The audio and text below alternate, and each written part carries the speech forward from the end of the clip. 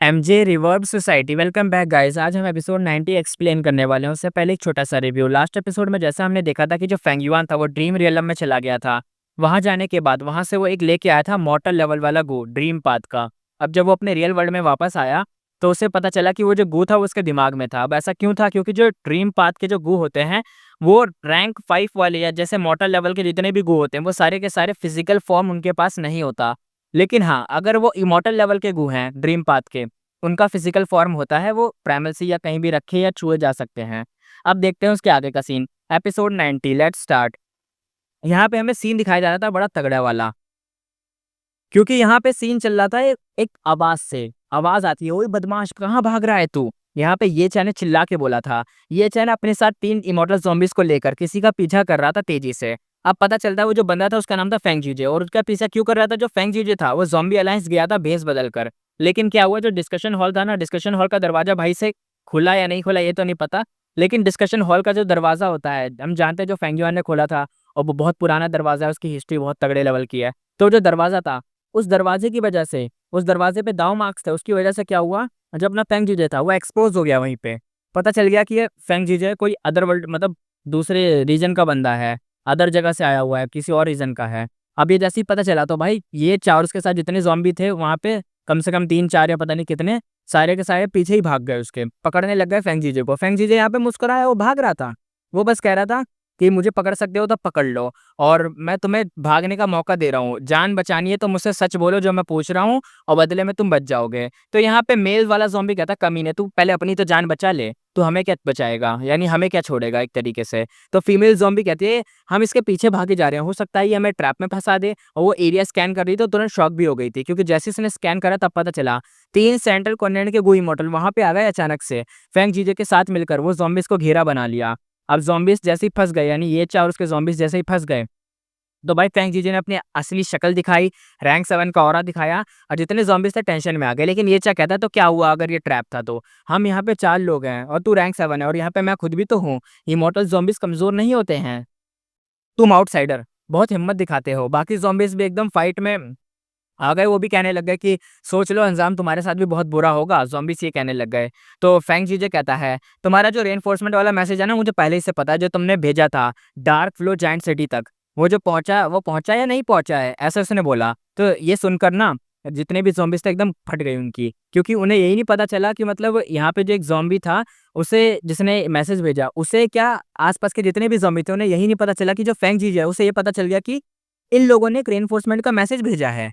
अब फेंग जीजे को अगर रेनफोर्समेंट के मैसेज के बारे में पता है तो ऑफ कोर्स उसने वो मैसेज रोक दिया होगा, बिल्कुल। और वो आगे बताता भी है कि फेंग जीजे कहता है तुम्हें नॉर्मल सा एरिया लग रहा है ना, लेकिन नहीं है ये, क्योंकि ये एक बैटलफील्ड है, एक इमॉर्टल किलर मूव का बैटलफील्ड है ये जगह। और यहाँ से जो तुमने मैसेज भेजा है ना रेनफोर्समेंट के लिए, वो मैसेज गया ही नहीं है, तो यहाँ पे तुम्हारी मदद करने कोई आने वाला नहीं है। तो ये सुनने के बाद ज़ॉम्बी शॉक में आ गए। तो वो कह रहे कि इतनी बड़ी बड़ी बातें मत कर, दम है तो पहले हमसे लड़ाई कर, देखते हैं हमें कितना दम है। और उसी वक्त लड़ाई स्टार्ट हो गई। लड़ाई में क्या हुआ, ज़ॉम्बीज़ ने भाई घेरा बना के फेंग जीजे पे अटैक करा, लेकिन फेंग जीजे की साइड भी 2 इमॉर्टल्स थे, उन्होंने भी आके पेलने लग गए। 15 मिनट बाद ना ज़ॉम्बीज़ की हालत गंदी वाली पिटने लग गए, क्योंकि जो सेंट्रल कॉन्टिनेंट के गो इमॉर्टल्स थे वो सारे के सारे अपर हैंड में थे, बहुत कुत्ते की तरह मार रहे थे इनको। अब जब 15 मिनट बाद का सीन दिखे तो पता चलता है कि जो ये चा था उसने फाइट खुद से ही रोक दी, अपने ज़ॉम्बीज़ को बोल दिया कि रुक जाओ, और फिर वो लोग भी डरे हुए थे तो वो खुद भी रुक गए। अब ये चा ने सीधा बोला कि ठीक है भाई, जो पूछना है तू मेरे से पूछ ले, मैं सब कुछ सच-सच बताऊँगा। लेकिन हाँ, अगर तूने मेरे सीक्रेट के बारे में पूछा, मतलब मेरे नहीं, मेरे ज़ॉम्बी अलायंस के सीक्रेट के बारे में पूछा, जो कोर सीक्रेट है, तो मैं नहीं बताऊँगा। तो फेंग जीजे ने सीधा कह दिया कि समझदार हो, ठीक है, मैं पूछता हूँ शाह हुआंग के बारे में। शाह हुआंग के बारे में बताओ। और तुम अगर नहीं जानते तो शाह हुआंग फेंग युआन का फेक नेम था। इसी नेम से वो बंदा उसके अंदर घुसा था, ऑक्शन के अंदर, और इसी नेम से वो घुसा था ज़ॉम्बी अलायंस के अंदर। तो अब उसने पूछा तो ये चा ने सीधा बोला शाह हुआंग। वो कंफ्यूज था क्योंकि उसे ज़्यादा पता नहीं था इसके बारे में, फेंग युआन के बारे में। लेकिन एक फीमेल ज़ॉम्बी थी, उसने बोला अच्छा वो जो नया-नया बंदा ज़ॉम्बी अलायंस में जॉइन हुआ है। तो फेंग जीजे एकदम से एक्साइटेड हो गया। वो कहता है क्या? जानते हो उसके बारे में? वही वही वही मुझे बताओ। अब यहाँ से सीन्स चेंज हो जाता है, हमें दूसरी फाइट का सीन दिखाया जाता है। हमें इसके आगे नहीं बताया गया कि उन्होंने क्या-क्या बातें करी, फेंग जीजे और इन लोगों ने, इमॉर्टल ज़ॉम्बीज़ ने। अब यहाँ पे सीन चेंज हो जाता है, हमें दूसरी जगह की एक फाइट का सीन दिखाया जा रहा होता है, एक अलग जगह। सीन दिखाते हैं ऑलमोस्ट सेम टाइम पे एक और इंटेंस फाइट खत्म होने वाली थी। वूश वूश आवाज आई। फेरी, जियांग और बाकी सब काफी इंजर्ड थे, सब थक के भारी सांस ले रहे थे, हाल बुरा था। क्विन बाइशन कहता है हाँ, आज तुमने मुझे पकड़ लिया क्योंकि मेरी स्किल वीक थी, वरना तुम जानते भी नहीं मैं कौन हूँ। मारना है तो मार दो, आई डोंट केयर। लेकिन अगर तुम लोग मेरी इमॉर्टल गू या इमॉर्टल मटेरियल्स के लिए मेरे को मगर पकड़ रहे हो या मेरे को लेना चाहते हो तो भाई भूल जाओ ये सब चीज़ें। सपने देखो इस चीज़ को। फेरी जियांग थोड़ा-सा मतलब एक खतरनाक मुस्कुराई और फिर अपना सिर हिला दिया। फेरी जियांग कहती है, लॉर्ड वॉइस इन वॉय, हम आपकी जान लेने का सोच भी नहीं सकते। हम पहले ही कह चुके हैं, आप ही तो हमारे लीडर हो। क्वीन बादशाह कहता है, "हैं, बकवास, तुम सब झूठ बोल रहे हो। सिर्फ मेरी इमॉर्टल गो और मटेरियल्स चुराने के लिए ये सब कर रहे हो। मैं बच्चा नहीं हूँ जो मेरे को मतलब तुम्हारी ऐसी बात मान लूँगा। जैसे कैंडी वाला ट्रैप होता है कि कैंडी थी और बच्चा गायब कर दिया। तो वैसा नहीं हूँ कि तुम मेरे को कुछ भी बोल दोगे मैं मान लूँगा। फेरी जियांग कहती है, लॉर्ड वॉइस एनवॉय, आप शैडो सेट के मेंबर हो। आपको चीज़ें याद नहीं आ रही। कहती है ये जो फेरी जियांग कि आप शैडो सेट के मेंबर हो, आपको याद नहीं आ रही क्या चीज़ें? आपकी सोल को मॉडिफाई किया गया था। ये सब बातें बता रही थी अपने क्वीन बादशाह को। क्वीन बादशाह कहता है, बकवास, इवन अगर मेरी सोल के साथ कुछ किया भी हो, वो भी मेरी ही सोल है। मतलब वो मेरी ही सोल है। कैसे पॉसिबल है कि मुझे महसूस ही ना होगा मेरी सोल के साथ ऐसा कुछ किया गया होगा? तुम झूठ बोल रहे हो। एटलीस्ट कुछ बिलीवेबल बोलते तो मैं मानता भी, ये तो झूठ है। फेरी जियांग और ज़्यादा कड़वा मुस्कुराई और फिर थोड़ी एक ब्लैक रॉब पहना हुआ एक गुई मॉडल उसके साथ आ गया। ब्लैक रॉब्ड गुई मॉडल कहता है, लॉर्ड वॉइस इनवॉय, ज़रा दूसरे एंगल से सोचिए। हम बेवकूफ़ नहीं हैं। हम ये स्टूपिड झूठ क्यों बोलेंगे? आपकी सोल में चेंजेस इसलिए दिख नहीं रहे क्योंकि हमने अपनी सेक्ट के सुप्रीम मेथड्स यूज़ किए थे। एक रैंक 9 कोई इमॉर्टल भी कुछ डिटेक्ट नहीं कर सकता। प्रॉब्लम ये है कि जो बंदा मॉडिफाई होता है, उसे खुद भी कुछ फ़ील नहीं होता। इतना परफेक्ट मॉडिफिकेशन होता है, टाइम के साथ वो बंदा किसी और में बदल जाता है। फेरी जियांग कहती है, लॉर्ड, आपने ये खुद पूरा प्लान डिज़ाइन किया था। मैंने तभी वार्निंग दी थी, ये रिस्की है। लॉर्ड इनवॉय का केस तो एक लाइव एग्ज़ाम्पल है, लेकिन आपने इंस्टेड किया, मतलब मजबूर करा। आपने कहा था कि एनिमी को फूल करना है तो सबसे पहले खुद को फूल करो। इस सोल पाथ इमॉर्टल गू के अंदर आपकी रेमेंट सोल है। जैसे ही आप इसे अपने साथ मर्ज करोगे, सब ट्रुथ पता चल जाएगा। फेरी जियांगनू ने एक इमॉर्टल गू निकाला और क्वीन बाईशेंग से चुपचाप उस इमॉर्टल गू को देखता रहा। क्वीन बाईशेंग अपना फेरी जियांग इमॉर्टल गू निकालने के बाद कहती है, एक्चुअली लॉर्ड वॉइस इनवॉय, आपने नोटिस किया होगा फाइट के दौरान हमने कभी फैटल मूव यूज़ ही नहीं करा। आपने हमें भले ही सीरियसली इंजर किया हो, लेकिन हमने कभी आपको मारने की कोशिश नहीं की। ये इमॉर्टल गो मैं आपको दे रही हूँ, खुद इंस्पेक्ट कर लो। इमॉर्टल गो धीरे-धीरे उड़ता हुआ क्वीन बाईशेंग के सामने आ गया। शिव ज़ोंगजी हैरानी से कहती है, ओह डैम! उसने एक्चुअली दे दिया उसे। हाई चंग चुप था, सिर्फ अपनी इंजरीज़ हील कर रहा था। क्वीन बाईशेंग सुपर अलर्ट था, यानी बहुत अलर्ट बंदा था ना, तो अलर्ट था। उसने कई टेक्निक्स से इमॉर्टल गो को टेस्ट किया, सब ठीक लगा, तो हाथ में पकड़ के मेंटली उसे मतलब उसमें ऐसे चेक कर रहा है जैसे अपना मन डाल के चेक करते हैं ना कि सही है कि नहीं, वैसे ही इसने चेक कर रहा था इसी मॉडल गो को। उसे फ़ील हुआ कि अंदर सच में एक सोल का लैंप था और ये सोल काफ़ी फ़ैमिलियर लग रहा था, जैसे किसी क्लोज़ का हो। यानी जो क्वीन बादशाह है उसे ऐसा लग रहा है कि ये मेरी ही सोल का एक हिस्सा है, लग रहा है, कन्फर्म नहीं है वो। क्वीन बादशाह के एक मोमेंट थोड़ा हेजिटेट हुआ, फिर हल्की-सी हँसी आई, उसने अपने फिंगर से इमॉर्टल गो को क्रश कर दिया। क्वीन बादशाह यहाँ पे कहता है, हरामियों, यही था तुम्हारा लास्ट ट्रम्प कार्ड, राइट? मैं इतना एक्सपीरियंस्ड हूँ, मुझे कोई फ्लॉ नहीं दिखा, पर तुम लोग मुझे ट्रैप करना चाहते थे। तुम्हारी ये स्मूथ बातें, यानी इतनी चिकनी-चुपड़ी बातें, कुछ भी नहीं होगा इनसे, फेल होने वाले हो तुम लोग। शू ज़ोंगजी चिल्लाते हुए कहता है, दिस! उसका दिल टूट गया। इमॉर्टल गू तो था और उसने डिस्ट्रॉय कर दिया, यानी शायद उसका ही बंदा था। तो उसका ही बंदा कह रहा हूँ, उसका ही इमॉर्टल गू होगा, इसलिए ज़्यादा उसको दर्द हुआ था शी ज़ोंगजी को। हाई चेंग थोड़ा-सा शॉक में था, अंदर ही अंदर वो थोड़ा इम्प्रेस्ड भी था। उसने सोचा ये कॉन्फिडेंस सिर्फ एक ही रियल लेजेंड के पास हो सकता है। इवन इतने बड़े बैड सिचुएशन में भी क्वीन बाईशेंग का ट्रस्ट खुद पे सॉलिड था। हाई चेंग सोच में कहता है, अगर मैं होता और एनिमीज़ ऐसी बातें बोलते, तो क्या मैं ऐसा स्टेप लेता? ब्लैक रॉब्ड इमॉर्टल कहता है, लॉर्ड वॉइस इनवॉय, यू, आप अब क्या करें? सब तो खत्म ही हो गया। फेरी जियांग कहते हैं, नो वरीज़, जैसे एक्सपेक्टेड था। लॉर्ड वॉइस इनवॉय को खुद से मतलब खुद पे ज़्यादा अंडरस्टैंडिंग है, वो अपने बारे में खुद ज़्यादा जानते हैं। अगर ये कोई और जगह होती, इमॉर्टल को डिस्ट्रॉय होते ही सोल भी चला जाता, पर हमने इतनी मेहनत करके आपको यहाँ लाया है फॉर अ रीज़न। क्वीन बादशाह कहता है, हाँ, तो बताओ ये जगह है कहाँ? वो जगह थिक फॉग से भरी थी। फेरी जियांग ने अपनी स्लीव्स हिलाई और हवा में फॉग हट गई। एक माउंटेन वॉल सामने दिख गई। क्वीन बाईशेंग और हाई चेंग और शू ज़ोंगजी शॉक्ड हो गए। अब उन्हें समझ आया कि वो लोग एक वैली के अंदर थे। क्वीन बाईशेंग कहता है, क्या? लुओ पो वैली? उसने बार-बार देखा। उसके अंदर का जो दिल था एकदम ज़ोर से धड़का। फेरी जियांग कहती है, as expected, Lord voice envoy. उसने स्लीव्स घुमाई, यानी स्लीव्स ऐसे घुमाई और वैली से हज़ारों गूवर्म्स उड़ाए। व्हाइट लोटस जायंट सिल्कवॉर्म का एक मैसिव बेस था। और सब मिलके एक सुपर गू फॉर्मेशन बना दिया। गू फॉर्मेशन एक्टिवेट हुआ। उसकी एनर्जी देख के ही लांगजी, हाई चैंग और शू जोंगजी का होश उड़ गया। क्विन बाई शेंग कहता है और कुछ ही सेकंड में सब खत्म हो गया।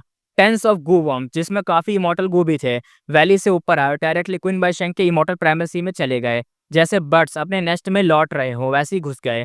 क्विन बाई शेंग ने अपनी पूरी स्ट्रेंथ वापस पा ली। क्विन बाई शेंग कहता फाइनली आई एम बैक। उसने अपने हाथ मतलब ऐसे देखे और लो वॉइस में बोला, एक्सप्रेशन फुल कोल्ड था। फेरी जियांगयू और ब्लैक ड्रॉप्ड इमॉर्टल तुरंत ही जमीन पे घुटनों के बल आ गए। यानी ये सब सच था। मुझे लगा इसका चूतिया बना रहे थे, लेकिन नहीं भाई, ये तो सच में है।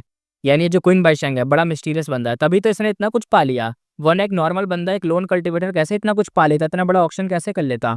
अब पता चला शैडो सट का बंदा था ये, और वो भी शायद लीडर था इन सब का। और हाई चेंग भी इसमें मिला हुआ है, फेरी जियांगयू भी मिली हुई है भाई। इतने लोग इसमें मिले हुए हैं। शू जोंगजी भी मिला हुआ है। हाई चेंग और शू जोंगजी से तो फेंग युआन लड़ भी चुका है, हाई लाओलान भी लड़ चुकी है, याद होगा आपको। खतरनाक ही सीन चल रहा है। फेरी लीशान, हाई लाओलान, फेंग युआन, ताई बैनशेंग, अपना मतलब कैसे कैसे लोग इन सबसे लड़ चुके हैं। फेरी जियांगयू तो बड़ी तगड़ी है भाई, ये फेरी जियांगयू। फेरी जियांगयू ने भाई सीन कर दिया। और सोचो लुओपो वैली तक है उनके पास, वो लेजेंडरी चीज सोचो। वो क्या नाम था यार, रैंक 9 के सोल्स स्पेक्ट्रल ड्रीमन वनरेबल ने कहा था ना कि जो अगर लुओपो वैली और डांगहुन माउंटेन किसी के पास होगा, पाप लेवल बंदा होगा वो यहाँ पे, फिर समझ रहे हो। खतरनाक ही सीन था भाई। फेरी जियांगयू कहते subordinates pay respect to lord voice in way, congrats lord for returning safely. Hai Cheng और शू जोंगजी ने साइलेंटली बो किया। सिर्फ ही लांगजी चिल मोड में था, आर्म को क्रॉस करके ठंडी नजर से देख रहा था। क्विन बाईशेंग ने सब याद किया, फिर ठंडी सी नाक से आवाज निकाली। क्विन बाईशेंग कहता है फेंग जीजे, इस मोमेंट को मैं कभी नहीं भूलूंगा। सूनर और लेटर स्कोर तो सेटल होगा ही। जियांगयू तुम सिर्फ इन लोगों को लेके आई हो, बस यही लोग लांग या लैंड ब्लेस लैंड पे कब्जा करेंगे। लोल, अच्छा तो यही कमीने लोग थे जिन्होंने लैंड स्पिरिट का कुत्ता बनाया था ब्लेस लैंड की, अपनी लांग या ब्लेस लैंड का। और शायद इन्हीं लोगों ने करा था, और इन्हीं लोगों के बंदे फंस गए थे वहां पे। और इन्हीं लोगों के बंदे का ऑक्शन अपने क्विन बाईशेंग ने कर दिया, जब उसे याद ही नहीं था कि वो कौन है। सोच रहे हो कितना गंदा सीन हुआ है भाई। और हंस भी रहा है बंदा क्विन बाईशेंग, कह रहा है कि इन चोमुओं को लेके आए हो, जैसे हाई चेंग, शू जोंगजी, इन सबको लेके आए हो। फेरी अपनी फेरी को कह रहा था। अब फेरी जियांगयू कहती है मतलब I have performed properly this task, यानी मैंने अपना काम तो देखो सही से करा। उसने अपना इंस्टेंटली सर झुका लिया था। हाई चेंग और शू जोंगजी थोड़ा सा नर्वस लग रहे थे, पर ही लांगजी ने मुंह खोला और शार्प दांत दिखाए और ग्राउल किया। ही लांगजी कहता क्विन बाईशेंग तुम कितने भाई सर मतलब सीक्रेटिव बने हो, आई डोंट केयर, लेकिन मुझे लाइटली लेना, दैट्स योर मिस्टेक। मुझे लग रहा है ना ये ही लांगजी का कुत्ता बनेगा भाई। यहाँ पे हाई चेंग जैसा इतना स्मार्ट बंदा भी चुपचाप अपना बैठा हुआ है, कुछ बोल नहीं रहा है, लेकिन ये ही लांगजी चिल्लाया जा रहा है। इसका कुत्ता बनने वाला है, पक्का यकीन है मुझे। अब सीन आगे देखते हैं। बूम आवाज आई। एक तेज धमाके के साथ ही लांगजी एक मैश्ड मीट पेस्ट बन गया और एकदम गड्ढे में गिर गया। उसने उठने की कोशिश की, रिकवर कर रहा था, यानी शायद आधा ही हिस्सा मीट पेस्ट बना है, पूरा नहीं। और ऐसा लग रहा था जैसे कोई इनविजिबल पहाड़ उसके ऊपर एकदम दबा दिया हो। वेट इतना ज्यादा था कि वो बिल्कुल भी हिल नहीं पा रहा था। ही लांगजी की आंखें खून से लाल थी, चेहरा पूरा बिगड़ चुका था, वो लगातार गुस्से से ग्राउल कर रहा था। क्वीन बाईशेंग ने अपने हाथ नीचे कर लिए थे। एक्सप्रेशनलेस फेस के साथ वो गड्ढे पे पड़े हुए ही लांगजी को देख रहा था, जो स्ट्रगल कर रहा था। शू जोंगजी शॉक में कहता है सिर्फ एक ही मूव में ही लांगजी पूरी तरह से लॉक कर दिया गया। हाई चेंग ने आंखें थोड़ी सी मतलब ऐसे स्क्वीज करी, और उसके माइंड में जो मैसिव शॉक था उसे छुपाने की कोशिश करता हुआ वो सोचा, ये कौन सा इमॉर्टल किलर मूव था। इसका यूज करते ही लांगजी एक भी मूव नहीं कर पाया, पूरा फ्रीज हो गया। और बॉडी तो ठीक लग रही है, मतलब सोल सोल का किलर मूव है ये जो मूव करा गया है। यानी इसका जो मीट पेस्ट बना हुआ है हमें ऐसा लग रहा है, लेकिन नहीं, इसका मीट पेस्ट नहीं बना है, असल में उसकी सोल का मीट पेस्ट बन गया है, सोल ही नहीं हिल पा रही है। फेरी जियांगयू का रिएक्शन बिल्कुल नॉर्मल था, उसके फेस पे कोई सरप्राइज नहीं था। वही ब्लैक रॉब पहने हुए वो मिस्टीरियस गू इमॉर्टल, जिसका चेहरा थोड़ा हुड के अंदर छुपा हुआ था, उसका एक्सप्रेशन देखना मुश्किल था। ही लांगजी गुस्से से जोर से एकदम लगाते हुए बोलता है, अगर हिम्मत है तो मुझे अपना किलर मूव यूज करने दो। शुरू से ही चुपके से अटैक किया है तूने, इसमें क्या बड़ी बात है। मैं ये नहीं मानता कि तू मतलब कोई है खतरनाक, कोई तुर्रम खा है तू। क्विन बाईशेंग नफरत भरे टोन में कहता है, हाँ, पहला वार करने वाला एडवांटेज ले जाता है। क्या तू एक डेमोनिक पाथ गो इमॉर्टल होके ऐसे बेसिक रूल नहीं जानता क्या? लगता है मैं तुझे ओवर एस्टिमेट कर दिया था। रियल बैटल में किसे फर्क पड़ता है तू माने या ना माने, या कोई मतलब जीत जीत मैटर करती है, क्या मैटर करे उसके आगे कि तुम कैसे जीते या नहीं, वो सब नहीं। वो लाइन से नहीं है, प्यार और जंग में सब जायज है, चाहे जो मर्जी हो, एंड में विनर ही सब ले जाता है। लूजर को कुछ नहीं मिलता। जब तक दुश्मन हारा हो वही असली पावर होती है। क्वीन बाईशंग ने थोड़ा सा रुके कोल्ड टोन में कहा, अब तो तू मेरे सामने एक बकरे की तरह है। मेरी मर्जी चलती है, तुझे पसंद हो या ना हो तुझे ये मानना ही पड़ेगा। तेरे पास सिर्फ 3 सांस तक का टाइम है, या तो मेरे अंडर आ जा या तो यहीं मर जा। ही लांगजी बिना एक सेकंड वेस्ट किए कहता है, मैं मान गया। थोड़ा चलो, थोड़ा तो दिमाग है इसके पास। क्वीन बाईशेंग हल्की सी हंसी के साथ कहता है, उसने थोड़ा प्रेशर दिया था ना इसलिए हंसी की हंसी आ जाती है भाई को, थोड़ी हंसी के साथ ऐसे कहता है, बढ़िया। ही लांगजी ने फील किया कि वो मतलब थोड़ा सा जो दबाव था उसके ऊपर वो हट गया है। उसके चेहरे पर एक डेविलिश स्माइल आ गई। उसने तुरंत ही अपना इमोर्टल किलर मूव चला दिया। एक ब्राइट लाइट तेज चमकी और उतने ही फास्ट फेड हो गई, और फिर एक बड़ा डेंजरस सा वुल्फ वहां पे अपीयर हुआ। वो जाइंट वुल्फ अपना मुंह खोल के सीधा क्वीन बाईशेंग पे जंप कर गया। क्वीन बाईशेंग बिल्कुल गड्ढे के एज पर खड़ा था। उसका साइज उस जाइंट वुल्फ के कंपैरिजन में बहुत ही छोटा लग रहा था। लेकिन जैसे ही वो वुल्फ उसके पास आया, एक स्ट्रांग हवा का झटका आया, इतना ज्यादा कि गू इमोर्टल से रॉब थे वो भी एकदम फ्लटरली हिलने लग गया। यानी जो यहाँ पे पहने थे कपड़े इतने तेज हिले कि क्या बता, जैसे अभी उठ के एकदम उड़ जाएंगे सारे कपड़े। ही लांगजी अब एक ह्यूज वुल्फ बन चुका था। उसका अटैक फुल रेज में था। उसकी ऑरा टेरिफाइंग थी। शू जोंगजी और हाई चेंग दोनों पीछे हट गए क्योंकि वो इस बीच में आना नहीं चाहते थे। क्वीन बाईशेंग बिल्कुल पास था, लेकिन उसने हिलने की भी जरूरत नहीं समझी थी। उसके फेस पर एक ठंडी सी स्माइल थी, जिससे क्लियरली लग रहा था कि अटैक उसके लिए शॉकिंग नहीं था। बूम आवाज आई, एक और बड़ा सा धमाका सबके कानों में एकदम गूंज गया। जाइंट वुल्फ ने दर्द भरी चीख निकाली और आसमान से नीचे गिर गया। उसके चारों पांव जमीन में थे और एक हैवी फोर्स उसकी बॉडी पर दोबारा से प्रेस कर रही थी। ही लांगजी अब दोबारा वही स्टेट में चला गया जैसे पहले था, पूरा इमोबिलाइज, यानी हिल भी नहीं पा रहा। उसकी जाइंट वुल्फ आइज में डिसबिलीफ था। वो शॉक में क्वीन बाईशेंग को एकदम घूरता रहा और चिल्लाता रहा। ही लांगजी कहता है, फिर से यही मूव, ये मूव का नाम क्या है? क्वीन बाईशेंग हल्की सी हंसी के साथ कहता है, बताना कोई मतलब बड़ी बात नहीं है। इस इमोर्टल किलर मूव का नाम है सोल सप्रेशन। मैं अपनी सोल की पावर का यूज करता हूँ तेरी सोल को दबाने के लिए। तेरी बॉडी चाहे जितनी भी स्ट्रांग हो, ये मूव डायरेक्ट सोल पे टारगेट करता है। जब तक तेरे पास कोई ऐसी इमोर्टल ट्रांसफॉर्मेशन नहीं है जो सोल पाथ अटैक्स को रेसिस्ट कर सके, तब तक तू जितने भी जानवरों में बदल जाए मुझसे नहीं जीत सकता। ही लांगजी अब तुझे लास्ट चांस देता हूँ, या तो सबमिट कर दे या तो मर जाए यहीं पे। क्वीन बाईशेंग इस सॉलिड कॉन्फिडेंस और स्ट्रेंथ को देखकर ही लांगजी बिल्कुल चुप हो गया। यहाँ पे हाई चेंग और शू जोंगजी एक दूसरे की तरफ देख रहे थे। दोनों का एक्सप्रेशन टेंशन से भरा हुआ था।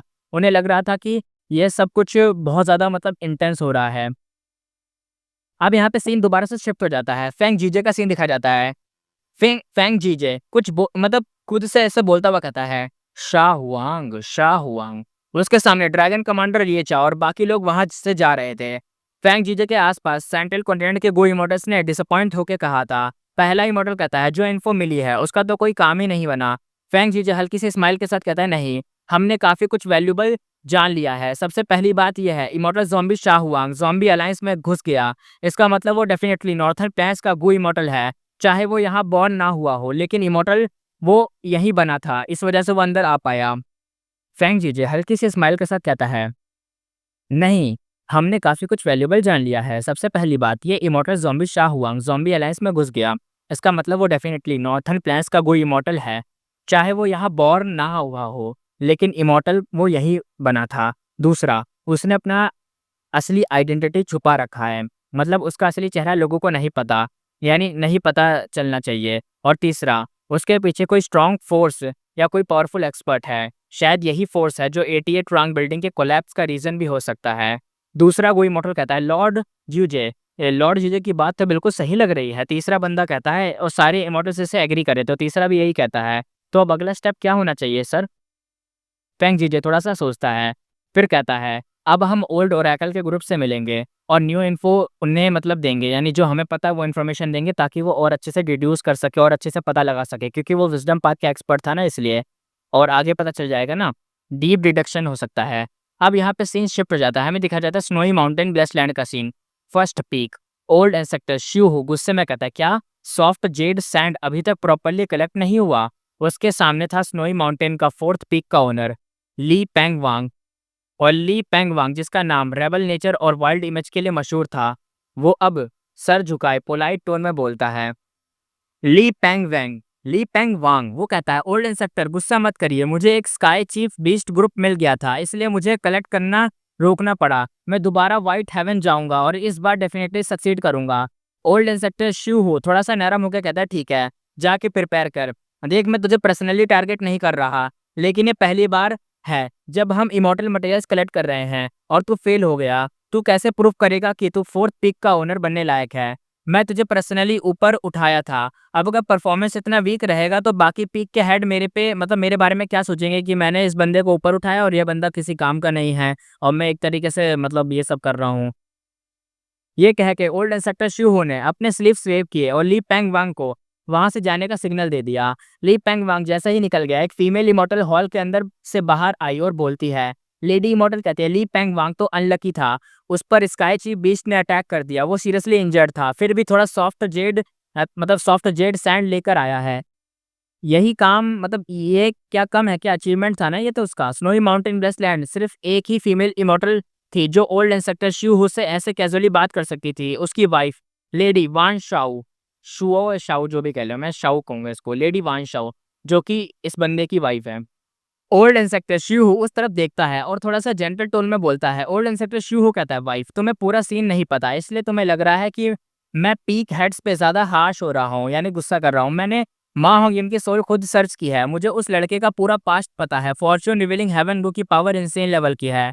तुम्हें लगता है ली पेंग वांग इंसिडेंट्स मतलब ये जो इंसिडेंट था कोइंसिडेंस था? बिल्कुल नहीं। बाकी पीक हेड भी जब मटेरियल कलेक्ट कर रहे थे उन्हें भी प्रॉब्लम आई, सब कुछ फॉर्च्यून रिवीलिंग हेवन की वजह से हो रहा है। जब कोई उसके ओनर को हार्म करने की कोशिश करता है उसके खिलाफ बैड लक एक्टिवेट हो जाता है। लेडी वांशाओ हैरानी से कहती है सच में ऐसा होता है क्या? अब यहाँ पे अपना ओल्ड इंस्ट्रक्टर शू स्लोई थोड़ा काम टोन में कहता है एक्सप्लेन करते हुए। लक थ्योरी के अकॉर्डिंग हम गो इमोटर्स नेचुरली स्ट्रॉन्ग लक लेके आते हैं, लेकिन फॉर्च्यून रिवीलिंग हेवन वो लक का एम्परर है, इसलिए हम सब उसके अंडर आ जाते हैं। और जितना ज़्यादा टाइम बीतेगा उतना ज़्यादा मतलब ये सब दिक्कतें आएंगी, दिक्कतें बढ़ेंगी और एंड में हो सकता है सिर्फ गो रिफाइनड फेल हो जाए और बाकी कोई मैसिव डिजास्टर नहीं आ जाए। या मैं ऐसा भी हो सकता है कोई मेडि अगर देखो रिफाइनड फेल हो गया तो ये भी हो सकता है, वरना तो कोई मैसिव डिजास्टर ना आ जाए, ये भी हो सकता है। और अगर आ गया तो दिक्कत हो जाएगी, कुछ भी हो सकता है। इस ज़्यादा टाइम नहीं बिताना, हमें जल्दी से जो काम करना है जल्दी से करना पड़ेगा, वरना लेट हो गए तो दिक्कत आएगी।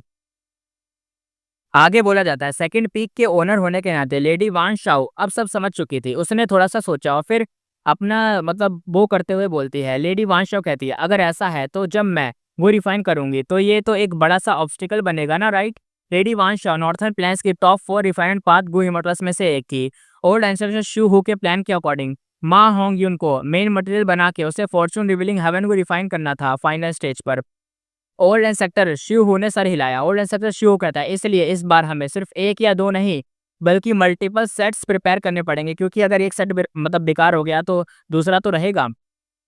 और साथ ही लक पाथ के इमोर्टल गो भी यूज करने पड़ेंगे जो हमारी लक को प्रोटेक्ट करेंगे। थैंकफुली माँ होंग्यून ही मेन मटेरियल है, इसलिए स्क्रैच से फॉर्च्यून रिवीलिंग हेवन बनाने के कंपैरिजन में हमें काफ़ी मटेरियल की बचत हो जाएगी। यानी कुछ मटेरियल्स और साथ में माँ होंगी उनको रिफाइन कर देंगे तो हमें मिल जाएगा फॉर्च्यून रिवीलिंग हेवन वो। अनलेस अगर हम कोई बहुत सारा मतलब अगर माँ होंगी नहीं होता, हमें पूरा शुरू से करना पड़ता ना स्क्रैच से, तो भाई बहुत ज़्यादा मटेरियल्स लग जाते। इसलिए कह रहा था। लेडी वान शॉ थोड़ा सा सीरियस हो गई, उसके चेहरे पर टेंशन क्लियर दिख रही थी। वो कहती है फिर भी हमने इतने ज़्यादा इमोर्टल मटेरियल्स इकट्ठा कर लिए हैं कि स्नोई माउंटेन की कैपेसिटी क्रॉस होने वाली है। ये रिफाइनमेंट इतना ज़्यादा इंपॉर्टेंट हो गया है कि लगभग सारी लाइफ सेविंग लग चुकी हैं। ओल्ड इंस्ट्रक्टर शिव हो थोड़ा सा हंसा, उसका मतलब हाथ पकड़ के उसने शांत तरीके से बोला वाइफ तुम्हें लग रहा है कि रिफाइनमेंट फेल हो जाएगा? लेडी वान शाओ ने सर हिलाया और अपने हस्बैंड की तरफ देखते हुए कहती है इवन अगर एक refined path master great grand master भी फेल हो सकता है तो मैं कैसे श्योर हो सकती हूँ? ओल्ड इंस्ट्रक्टर शिव जोर से हंसा। वो कहता है हाँ हाँ हाँ तुम जस्ट फुल को फोकस में रिफाइन करो वाइफ, चाहे सक्सेस हो या फेलियर मैं बिना किसी गुस्से या शिकायत के एक्सेप्ट करूंगा। मैं अपनी फुल पोटेंशियल यूज करके उस लेवल तक पहुंच चुका हूँ। आगे के क्लैमिटीज और ट्रिबुलेशन के लिए मेरे पास कॉन्फिडेंस नहीं बचा है। फॉर्च्यून रिवीलिंग हेवन गु ही मेरा एक लौता होप है।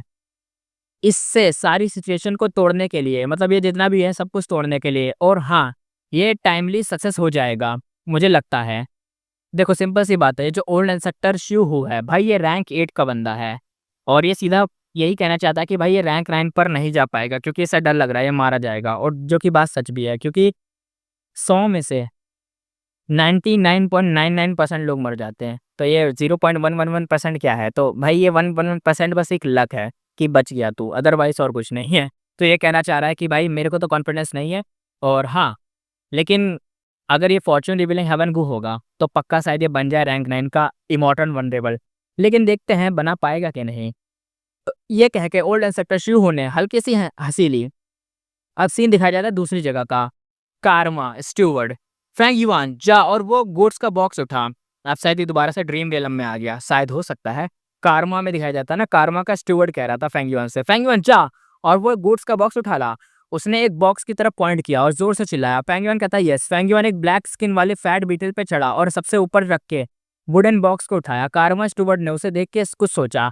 वो सोचते हुए कहता है इस लड़के के पास तो स्ट्रेंथ पाथ कल्टीवेशन है, मुझे बिल्कुल पता नहीं चला, बट नो मैं ऑलरेडी सेकंड यंग मास्टर से प्रॉमिस कर चुका हूँ, मैं फेल नहीं हो सकता। ये सोचकर उसने अपना विप उठाया और फैंग युआन के पीठ पे जोर से मारा। विप ऐसे मान लो वो चाबुक होता है ना, चाबुक की तरह होगा ये। क्रैक आवाज आई। फैंग युआन के शर्ट फट गए, उसकी बैक पर एक गहरा सा एक निशान बन गया। दर्द इतना इंटेंस था कि उसका पूरा बॉडी हिल गया और वो जमीन पे गिर गया। उसके घाव तुरंत ही खून एकदम भाई बहने लग गया। अपनी पास्ट लाइफ में भी कारमा के अंदर फैंग युआन ने एक सर्टेन यंग मास्टर का ऑफर रिजेक्ट किया था। उसके बाद उसे बहुत हैवी सप्रेशन और ह्यूमिलेशन फेस करना पड़ा था। पिछली लाइफ की बात है। अब वो मेमोरीज फिर से सरफेस पे आ चुकी थी, लेकिन उसके अंदर से एक डीप रेज उठ रही थी। उसे तुरंत ही उस रेज को उसने दबा लिया था।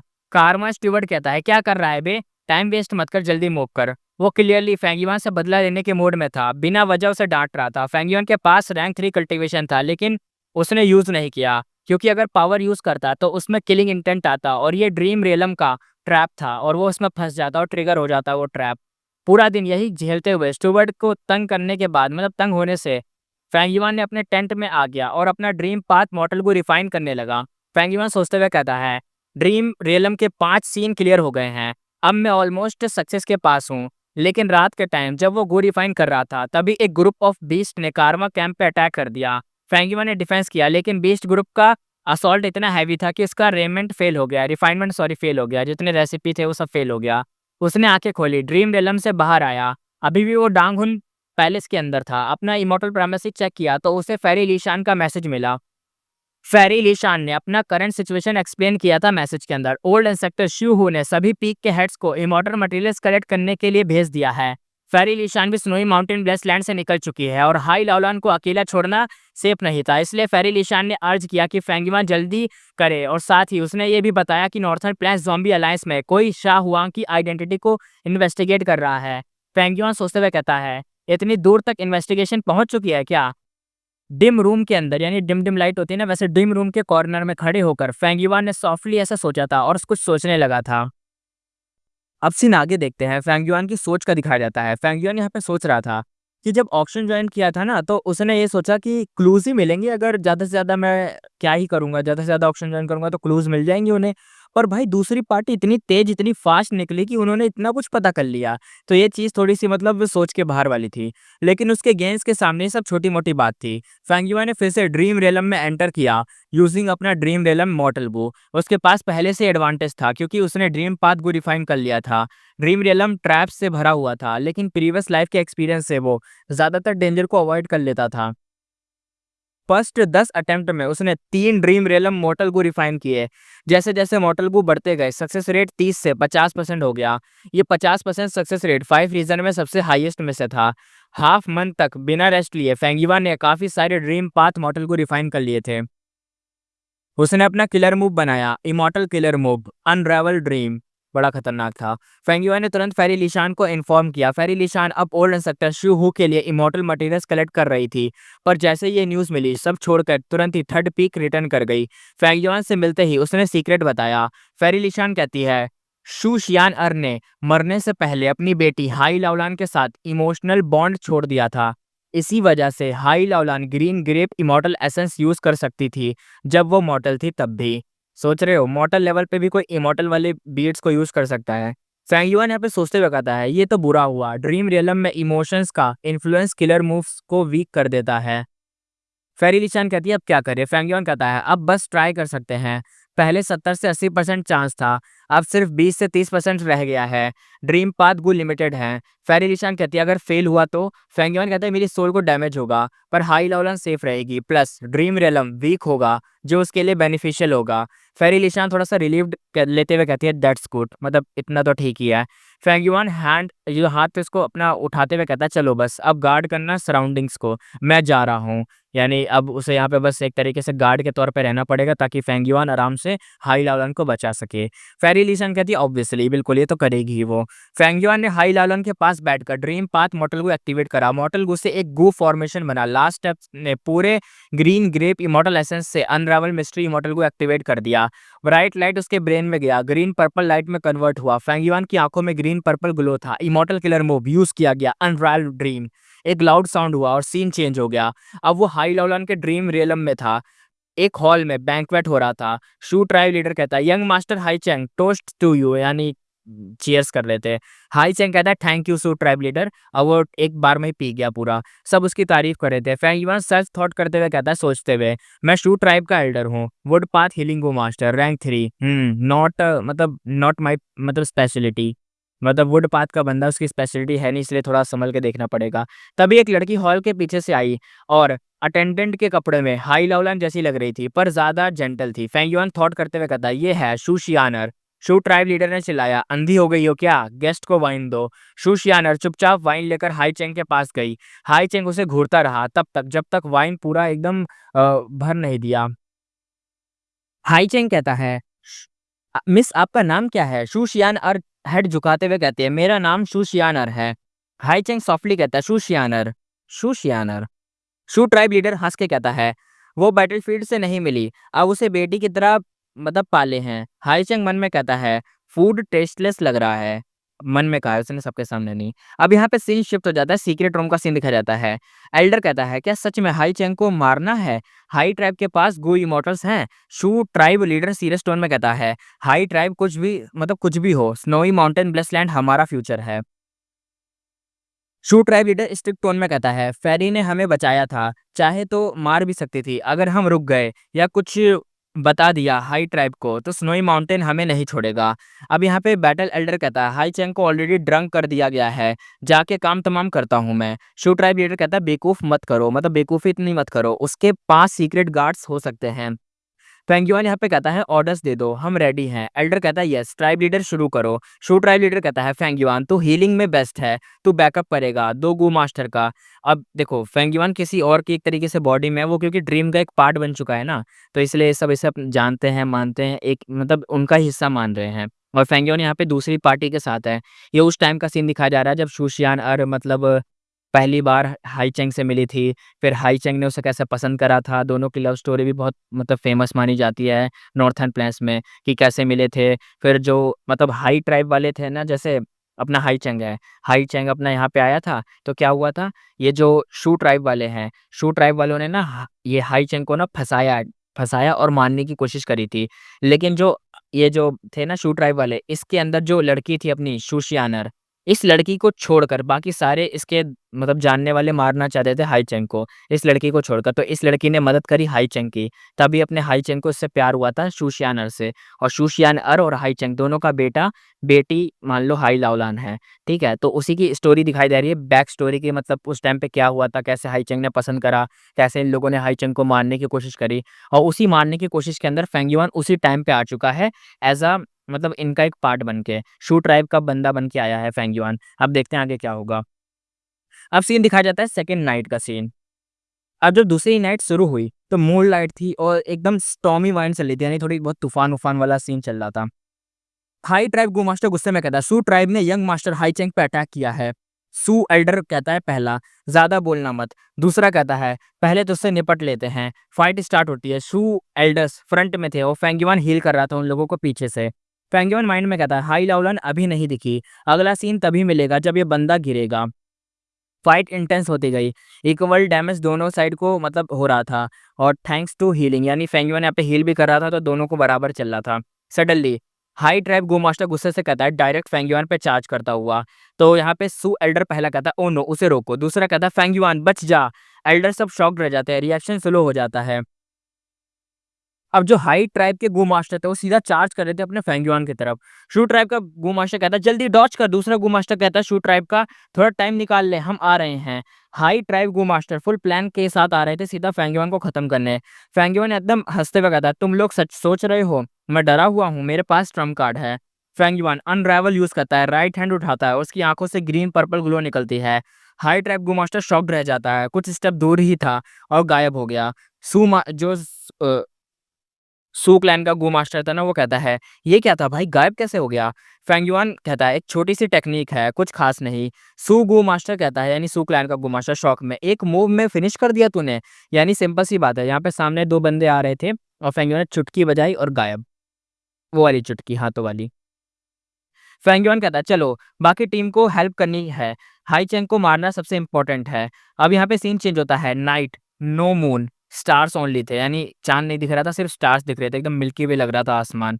फेंगयुआन और शू ट्राइब के एल्डर्स हाई चेंग के पीछे पीछे भाग रहे थे। शू ट्राइब एल्डर कहता है उस पहाड़ी के बाद वो मिल जाएगा। बैटल हॉल एल्डर कहता है ट्रैकिंग को लग चुकी है, भाग नहीं सकता। शू ट्राइब लीडर कहता है एकेडमी एल्डर शहीद हो चुके हैं, शू शियान अर ने बिट्रेल किया है, हाई चेंग को भगाया है, उसको सजा मिलेगी। देखा वही सीन आ गया ना, जैसे शूशियान अर ने मतलब मदद करी थी अपने हाई चेंग की, तब ये दोनों भाग गए थे आगे जाके। क्या हुआ था, बड़ा सिंपल सीन था। जब ये शू अपना हाई चेंग था, ये पिट रहा था कुत्ते की तरह, तब उसके मदद करने आ गए इसके दोस्त। जब इसके दोस्त मदद करने आए तो ये बंदा थोड़ा टाइम मिल गया, ये भाग गया, इसके दोस्त यहाँ पे मर लड़ रहे थे इनके साथ। और उस टाइम पे अपना हाई चेंग भाग गया, उसको शूशियान अर मिली, शूशियान अर से उसने बातें करी, उसने बोला वही ब्लाइंड बोली कि नहीं गई थी कि मतलब मैं तुम्हें पसंद करती हूँ, ये वो मैं नहीं मानती अपने मतलब धोखा दे देगी वो अपने ट्राइब को, शू ट्राइब को, शू शियानर। और उसने धोखा भी दे दिया और हाईचेंग को बचाने के लिए भगा ले गई थी भाई। लौंडा लौंडिया को नहीं भगा ले गया, लौंडिया ने लौंडे को भगा लिया, वो भी नॉर्थर्न प्लेन्स में। कैसे हो सकता है ये, जहाँ पे लड़की को पैर की जूती मानते हैं। अब एल्डर्स रिलीव टोन में कहता है लीडर सही डिसीजन ले रहे हो। सडनली अचानक से एक अननोन वॉइस, एक वॉइस आई, हे वॉइस आती है और पीछे से सब रुक जाते हैं। एक अननोन फिगर पहाड़ी के ऊपर दिखाता है। ये बंदा इतना हिडन था कि किसी के इन्वेस्टिगेशन गू से भी पकड़ में नहीं आया था। शू ट्राइब लीडर कहता है तू हाई चेंग का प्रोटेक्टर है क्या। एल्डर्स एकदम एनसर्कल करते हैं उसे और बट फाइट स्टार्ट हो जाती है। अब फाइट का सीन दिखाया जाता है एम्बुश वाला। दो और हिडन मतलब हिडन गू मास्टर साइड से अटैक करते हैं दो। एक शू क्लैन का गू मास्टर है हेवनली इंजर्ड हो जाता है और दूसरा लाइटली इंजर्ड होता है जब दो लोग अटैक करते हैं तो। शू ट्राइब लीडर शॉक में कहता है तीन strong expert, plan already set है इनका, हाई चेंग तक पहुंचना मुश्किल है। फेंगयुआन दिमाग में कहता है हाई लाओलान फाइनली दिखी, क्योंकि उसे ऐसा लग रहा था कि वही है, मतलब लग क्यों नहीं रहा है, मतलब लग नहीं, पता ही चल गया फेंगयुआन की वही है। असल में वो लोग हिडन एक तरीके से है, तो पता नहीं चल रहा वो कौन है इन लोगों को जो ड्रीम के अंदर है, बट फेंगियोन को पता है। हाई लाओलान फाइट कर रही होती है शू क्लैन के गू मास्टर से, वो भी फुल पावर में। फेंगियोन ड्रीम में आउटसाइडर है, लेकिन हाई लाओलान इस ड्रीम की असली ओनर है। उसकी अपीयरेंस वही है जैसा वो खुद को इमेजिन करती है, पावरफुल और डोमिनेटिंग। वही मोटा सांड है तो शायद ये मोटा सांड जैसा दिखती है। फेंगयुआन कहता है हाई लाओलान मैं हूँ फेंगयुआन। शू ट्राइब लीडर कहता है मेडिसिन हॉल एल्डर। शू क्लैन का जो गू मास्टर था अब वो एक्सपोज होते हुए कहता है ये इम्पोस्टर है, इसी के पास डेंजरस किलर मूव है।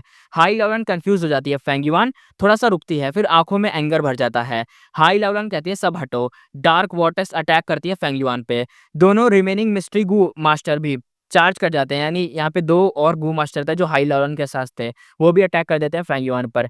अब यहाँ पे जो अपनी हाई लाओलान थी ना, दो लोगों को लेके आई थी सू क्लैन पे एक तरीके से अटैक करने। अब मुझे नहीं पता है क्यों अटैक करने आई, लेकिन ये अटैक करने आई थी। और यहाँ पे जो हाई चेंग और शू शियानर है वो तो भाग चुके हैं यहाँ से, वो निकल चुके हैं आगे। इनका पीछा कर रहे थे अपने फेंगयुआन और शू ट्राइब के क्लैन वाले, लेकिन अब इनको हाई चेंग मिलने की जगह यहाँ पे हाई लाओलान मिल गई इस वजह से। फेंगयुआन यहाँ पे कोल्डली कहता है unravel dream. Green purple light निकलती है और तीनों लोग वैनिश हो जाते हैं। गू मास्टर कहता है ये क्या मूव था फिर से। सब लोग एकदम शॉक्ड रह गए। हाई लाओलान अब फेंगयुआन को सीरियस थ्रेट मारने लग गई थी, एकदम मान रही थी कि भाई सीरियस थ्रेट बंदा है, क्योंकि तीन बंदे जो आए थे गायब हो गए अचानक से तीनों लोग। मतलब खतरनाक हुआ यार, शायद ये ड्रीम के अंदर ना किसी को भी गायब कर सकता है। ये सब देखने के बाद जब थ्रेट मान लिया फेंगयुआन को, तो भाई हाई लाओलान अचानक से रिट्रीट कर जाती है और छोटी सी माउंट छोड़कर निकल जाती है। फेंगयुआन कहता है हाई लाओलान, वो चेस करता है, बट क्योंकि ये उसका खुद का ड्रीम है, अनरावल ड्रीम काम नहीं करेगा। यानी फेंगयुआन का जो मॉर्टल वाला गू है जो उसके पास है अनरावल ड्रीम, वो हाई लाओलान पे काम नहीं करेगा, बाकी सब पे काम करेगा, क्योंकि वही ओनर है ना इस ड्रीम की। शू ट्राइब लीडर कहता है चेस करो, हाई चेंग को मारना है। आगे हाईचेंग इंजर्ड लगता है, मतलब उन्हें ऐसा लग रहा था कि आगे हाईचेंग इंजर्ड है, तो वो बताया भी जाता है कि आगे हाईचेंग इंजर्ड लगता है, धीरे से चल रहा होता है। शूशियान और उसका हाथ पकड़ के चल रही होती है। फेंग युएन अलर्ट होता है, ये ट्रैप लग रहा है। हाई लॉलन उन दोनों के पास पहुंच जाती है। शूशियान और कहती है स्ट्रांग वॉरियर, आप यंग मास्टर को ले जाओ, मैं रोक लेती हूँ। हाई लॉलन सीरियस एक्सप्रेशन के साथ कहती है तुम एक नॉर्मल लड़की हो, गो मास्टर भी नहीं हो और एक बिट्रेयल भी किया है, तुम्हारा गेम ओवर है। शूशियानर कहती है टू लेट, भागो यहाँ से, और चिल्ला के वो बोलती है, क्योंकि जैसी हाई लॉलन ने सब बता रही थी, पीछे से फेंगियोन और बाकी सब लोग आ रहे थे। हाई लॉलन देखती है और एक ही हिट में हाई चेंग का हेड फोड़ देती है। वाटरमेलन की तरह फट जाता है हाई चेंग का सर। सब लोग एकदम शॉक्ड हो जाते हैं। हाई लॉलन शाउट करते हुए कहते हैं हाई चेंग, आखिर तुझे मैंने खुद के अपने हाथों से खत्म किया है। फेंगियोन एकदम टेंस्ड हो जाता है, कहता है ओ नो, क्योंकि भाई इसने अपने ड्रीम में छेड़छाड़ कर दी थी। जैसा फेंगियोन ने हमें बताया ना, छेड़छाड़ करोगे अपनी ड्रीम में, कोई मेजर इवेंट छेड़छाड़ करोगे तो भाई दिक्कत हो जाएगी, तो वही हुआ यहाँ पे। ड्रीम रियलम का सीन तुरंत ही चेंज हो जाता है। अब एक हॉल सीन, शू ट्राइब लीडर और हाई चेंग साथ में ड्रिंक कर रहे होते हैं। शू ट्राइब लीडर कहता है हाई चेंग, एक टोस्ट तुम्हारे नाम। हाई चेंग कहता है थैंक्स शू ट्राइब लीडर। फेंगियोन यहाँ पे ऑब्जर्व करता है, ये सीन रिपीट हो रहा है। 3 सीन बार बार लूप में जा रहे हैं, यानी वही वाला सीन दोबारा से आ रहा है। शायद जैसे सीन नहीं अपनाया गया, अगर वैसे नहीं करा गया तो ये सीन दोबारा एक लूप में फंस जाएगी। तभी तो ये हाई लॉलन उठी नहीं है, बार बार वही काम कर रही है। ये जाती है, वो हाई चेंग को खत्म कर देती है, जिसकी वजह से सीन दोबारा से रिपीट हो जाता है। हाँ, अगर शायद इसे मतलब इस सीन से बाहर निकलना है, शायद ड्रीम रियलम से बाहर निकलना है ना, तो इसे ये ड्रीम के अंदर एक्सेप्ट करना पड़ेगा, कि मतलब एक तरीके से एक्सेप्ट करना पड़ेगा अपने हाई चैंग फादर को, उसे कुछ नहीं करना पड़ेगा, जैसा वो है वैसे रहने देना पड़ेगा। जैसा मतलब और इस ओरिजिनल कहानी में हुआ था कि हाई चैंग और शुशियानर चले गए थे और फिर दोनों ने आगे जाके शादी कर ली थी, फिर हाई लॉलन हुई थी। वही सीन होना पड़ेगा। लेकिन बार-बार क्या हो रहा है, ये जो अपने गुस्से के चक्कर में हाई लॉलन है ना, बार-बार अपने हाई चैंग यानी बाप को मार दे रही है। इसकी वजह से ये सीन लूप में चल रहा है, क्योंकि ओरिजिनल कहानी की तरह हो ही नहीं रहा है। अब ओरिजिनल कहानी की तरह होगा नहीं तो ये शायद फँसे रह जाएँगे इसके अंदर, और ये ऑब्ज़र्व फेंगियोन भी मतलब कर लिया था उसने भी। फेंगियोन माइंड में कहता है स्टन डाउन हो गई है, हाई लॉन ड्रीम में डीपली अटक गई है, उसका रिवेंज मोड उसे अंदर से एकदम खींचे जा रहा है। फेंगियोन कहता है कैसे जगाऊं इसे। 7 दिन और 7 रात बाद हाई लॉलन की आंखें फाइनली खुलती है, उसका गेज क्लियर होता है। हाई लॉलन माइंड में कहती है तो ये एक ड्रीम रेलम था, मुझे फेंगियोन ने बचाया। फेंगियोन भी आंख खोलता है, लेकिन वीक, सोल पे हैवी डैमेज था, दिमाग तो पूरा ड्रेन हो चुका था, एकदम भाई थक चुका था। इस ड्रीम रेलम में उसे कई बार अनरावल ड्रीम गू यूज किया और हर बार फेल भी हुआ है। और जब हाई चैंग को उसने पहले मार दिया था, ड्रीम फिर से चेंज हो जाता था। 17 बार ये सर्कल जाके हाई लेवल को फाइनली रियलाइज हुआ कि ये सब एक ड्रीम है, यानी 17 बार इसने यही करा। पता नहीं फेंगियोन के आने से पहले इसने कितनी बार ये कर चुकी होगी, क्योंकि ये बहुत टाइम से बेहोश है।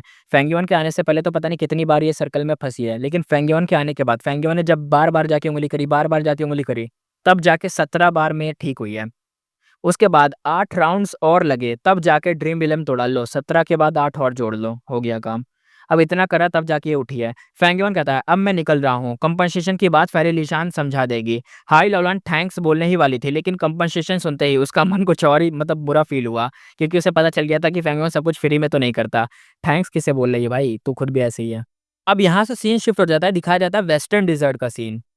टांग मियाओ नाम का बंदा कहता है घ, उसकी बॉडी एकदम काँप रही थी, आँखें खुलती हैं और एक बड़े से खून का थूक मुँह से निकालता है।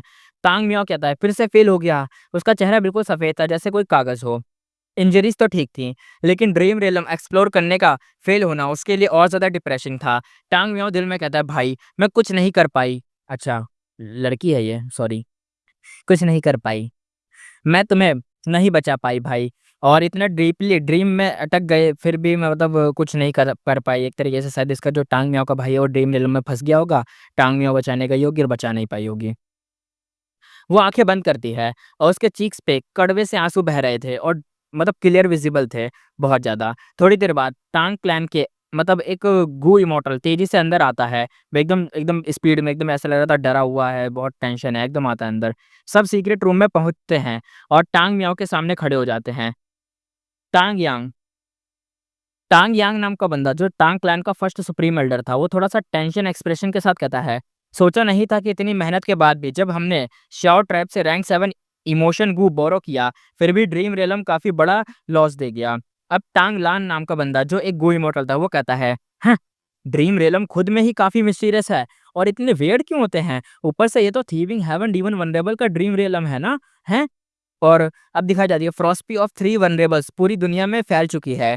ग्रेट ड्रीम इमॉर्टल वनरेबल का इन्फो सिर्फ सेंट्रल कॉन्टिनेंट में नहीं बाकी के 4 रीजन के सुपर फोर्स तक मतलब पहुंच चुका है। सुपर फोर्स जितने भी 4 रीजन के सबको पता चल गया है।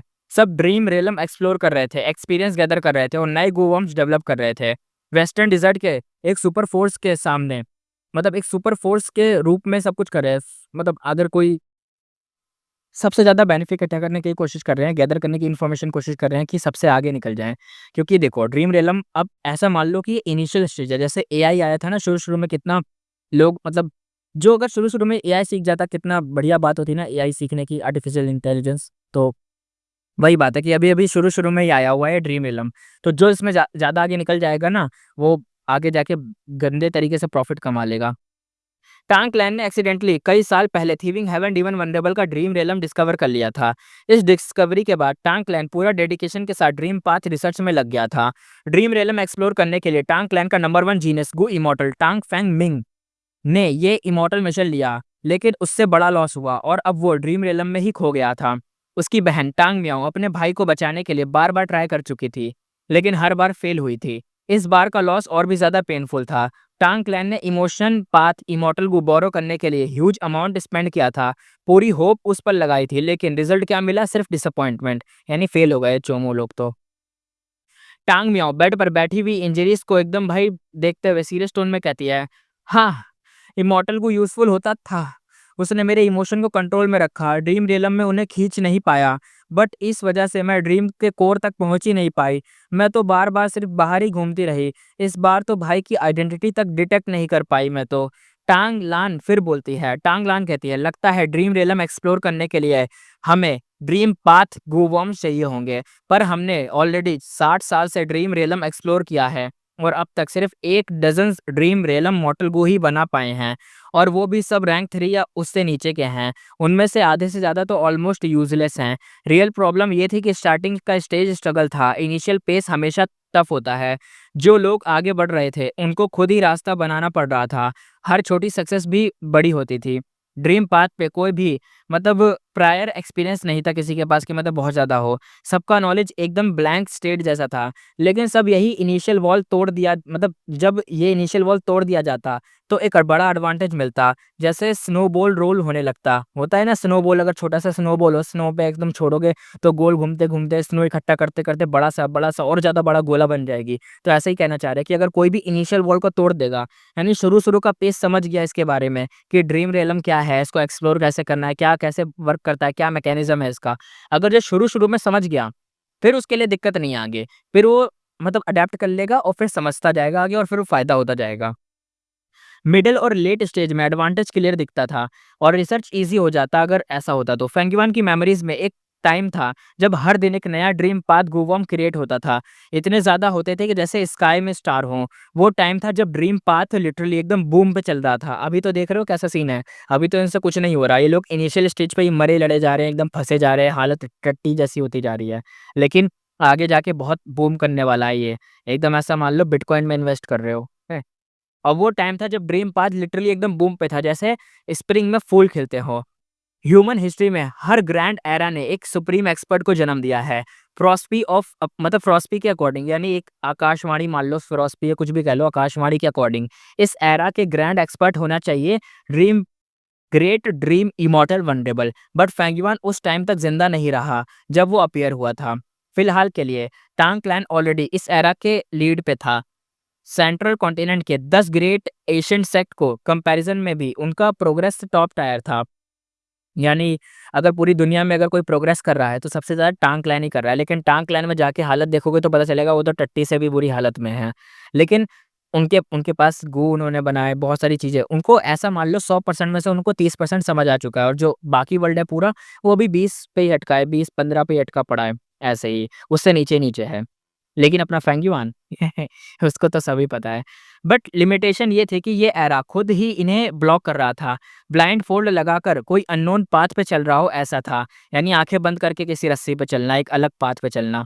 बस एक-एक कदम गैस करके चलना पड़ रहा था। बहुत ज़्यादा एफर्ट के बाद भी रिज़ल्ट सिर्फ़ मतलब कुछ कुछ ही ड्रीम पाथ के मॉडल को मिलते थे, वो भी यूज़लेस टाइप के मिलते थे।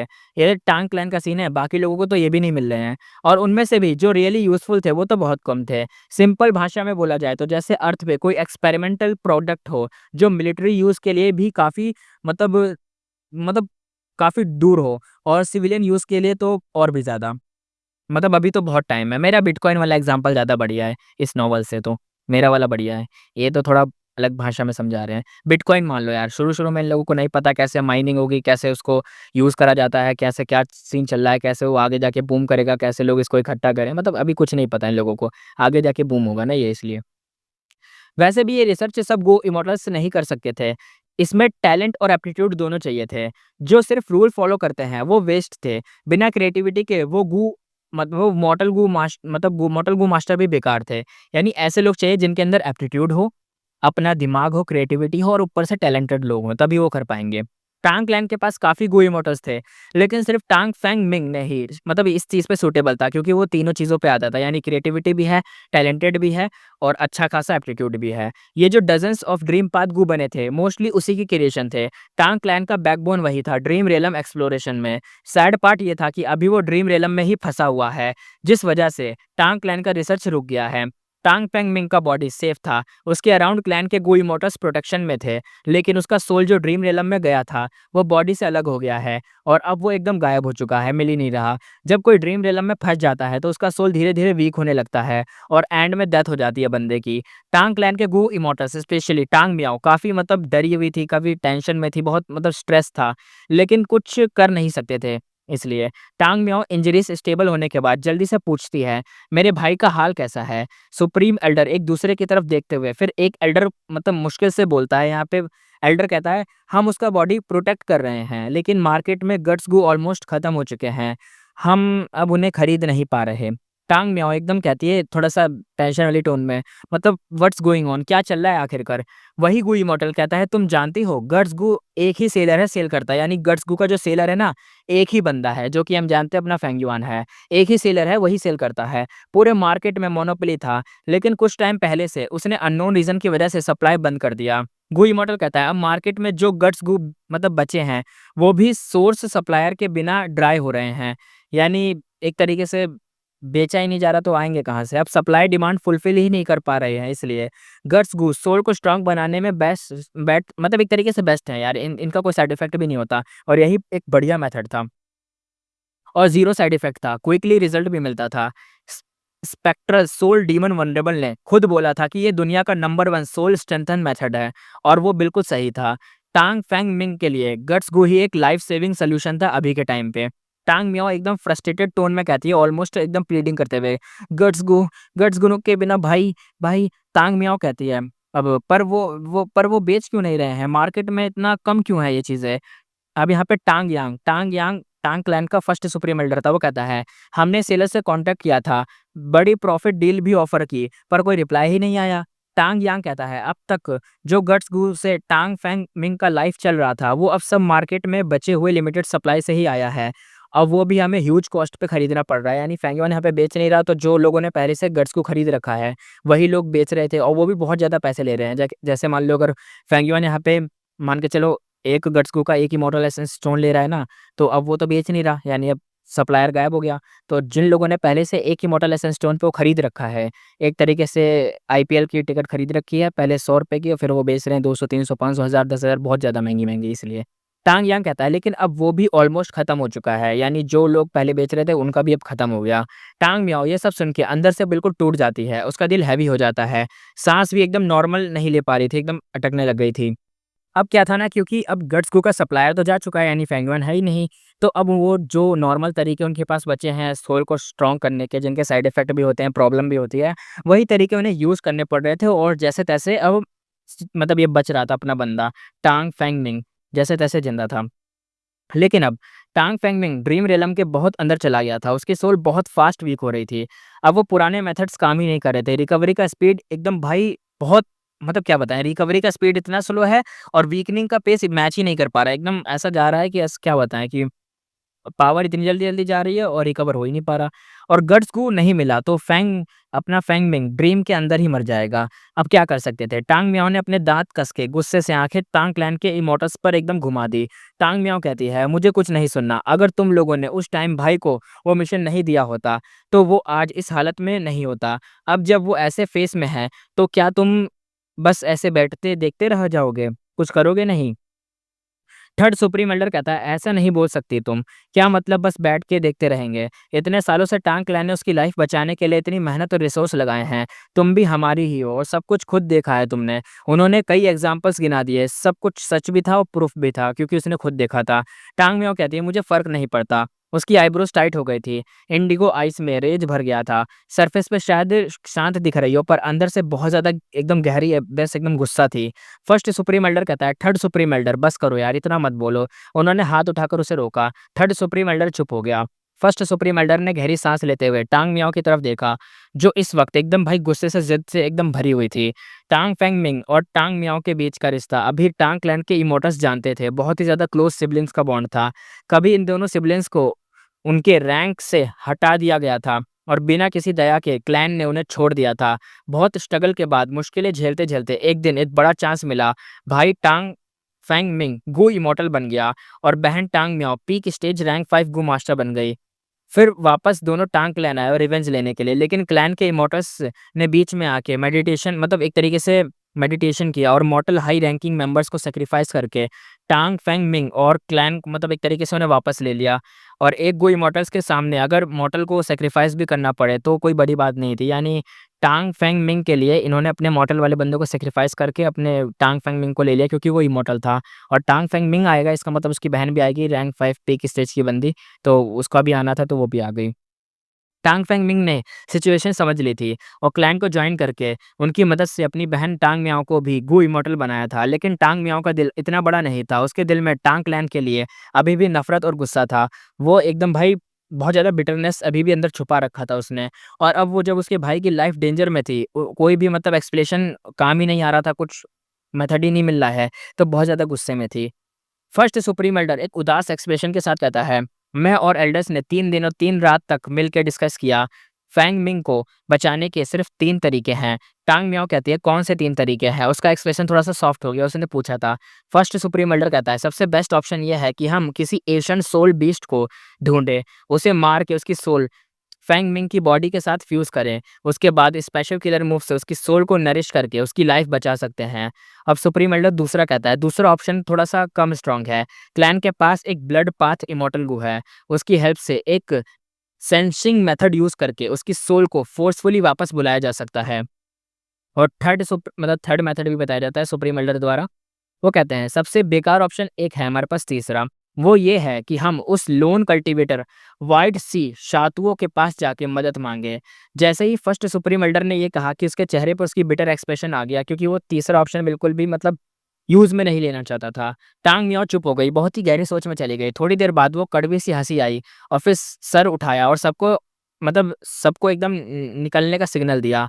टांग मियाओ कहती है, मुझे सोचना पड़ेगा एल्डर्स, अभी के लिए आप सब जाइए। गो इमॉर्टल एक-एक करके चले गए। अब सिर्फ टांग मियाओ ही सीक्रेट रूम में बची थी।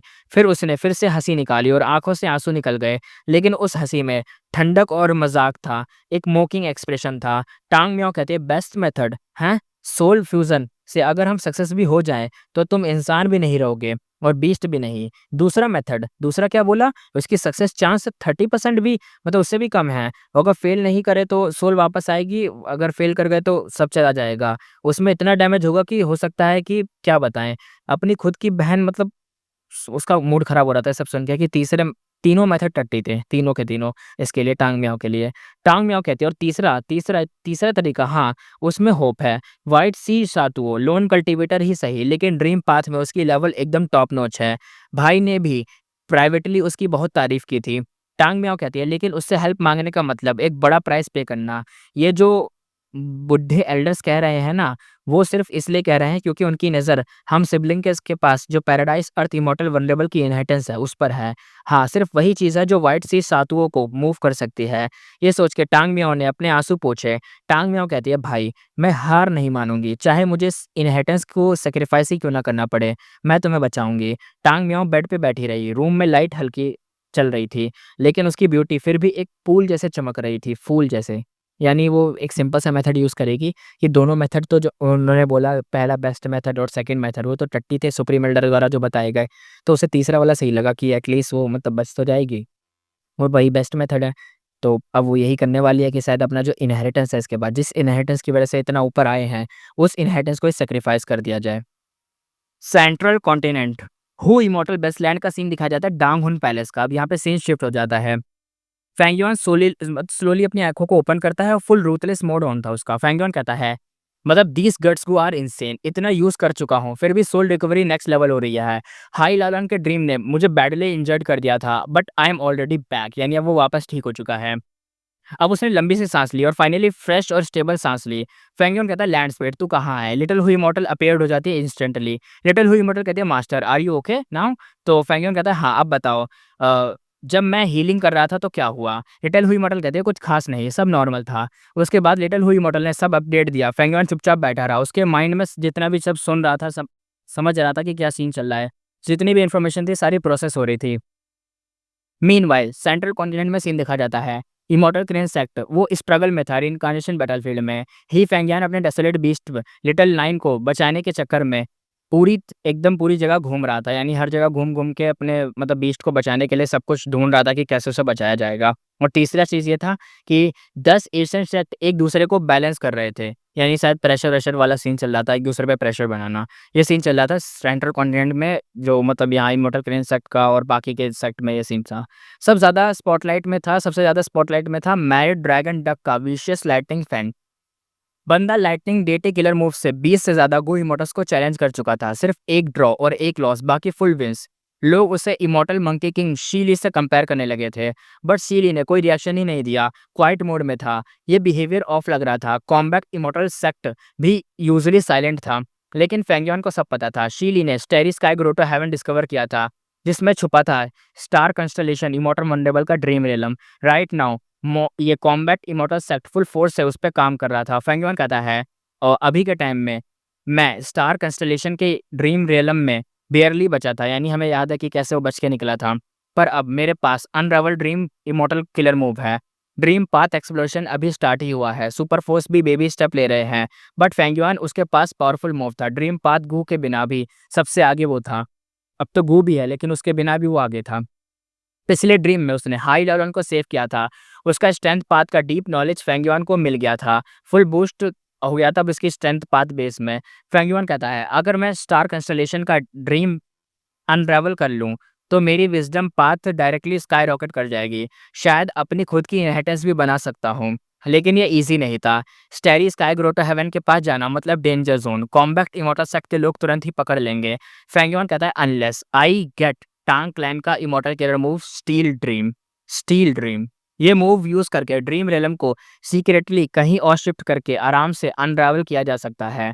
5 रीजन क्योटिक वॉर के टाइम पे टांग क्लैन ने ड्रीम पाथ में इतना ग्रो किया कि वो वेस्टर्न डिजर्ट के टॉप में पहुंच गया था। लोग कहते थे कि ग्रेट एरा ऑफ टांग क्लैन। बहुत नाम चलता है इसका। करंटली सेंट्रल कॉन्टिनेंट काफ़ी शांत था। थोड़ा ट्रबलेशन है, बट बिग वॉर नहीं चल रही यहाँ पे। सेंट्रल कॉन्टिनेंट तो शांत चल रहा है। फेंगियन का दिल ड्रीम रियलम चुराने का था, यानी ड्रीम रियलम चुरा लो किसी का भी। बट कॉम्बैक्ट इमॉर्टल सेक्ट अभी ज़्यादा पावरफुल था, तो अभी के लिए वो वेट एंड वॉच कर सकता था कि क्योंकि कॉम्बैक्ट इमॉर्टल सेक्ट अभी ड्रीम पाथ में पूरा लगा हुआ था कि कौन से वाले ड्रीम पाथ में, स्टार कंस्टलेशन इमॉर्टल वंडेबल के ड्रीम पाथ में लगा हुआ था। फेंगियन को भी यही चाहिए। और फेंगियन एक बार होके भी आया वहाँ से, याद होगा आपको, वहाँ पे वो पीला कलर का मंकी था, बड़ा खतरनाक वाला। शीली बन गया था उसके अंदर, और वहाँ पे एक ज़ॉम्बी और था जो सो रहा था, तो वो उठ गया था, फिर फेंगियन के पीछे पड़ गया था। शीली का कुत्ता बना दिया था उसने। फिर शीली को बचाने 3 लोग गए थे, याद होगा। वही वाला बता रहा है कि वहाँ पे जाना चाहता है। वहाँ पे पहले कमज़ोर था, लेकिन अब भाई स्ट्रॉन्ग हो जाएगा वो। ये बिल्कुल उस मीट जैसा था जो टेस्टी तो था, बट बॉइलिंग ऑयल में था। देख देख तो सकते थे, लेकिन खा नहीं सकते थे।